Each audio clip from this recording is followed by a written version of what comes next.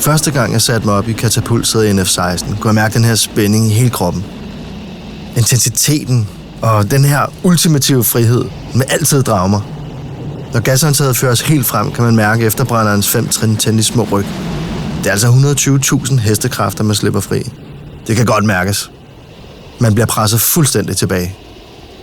I løbet af et øjeblik, så er man oppe på over 250 km i timen.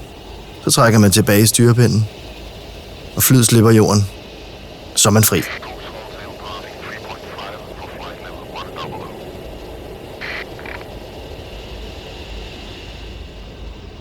Horntail 2 targeted bullseye for 095 for 27.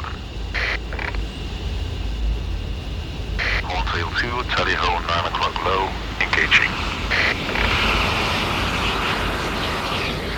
Fart er relativt, og man oplever det jo kun, når man bevæger sig tæt på noget andet. Og det, hvor man mærker det allermindst, er, når man flyver i skyer. Det kvæler al fornemmelse af fart. Men i det øjeblik, man skyder ud igennem et skylag, og solen lyser hele cockpittet op, så vender farten tilbage, og himlen er din. Det bliver man aldrig træt af.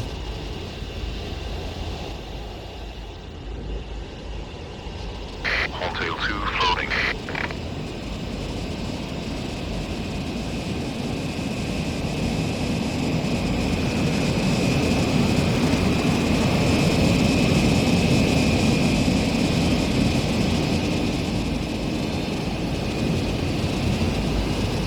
Horntail 2, settle, right side.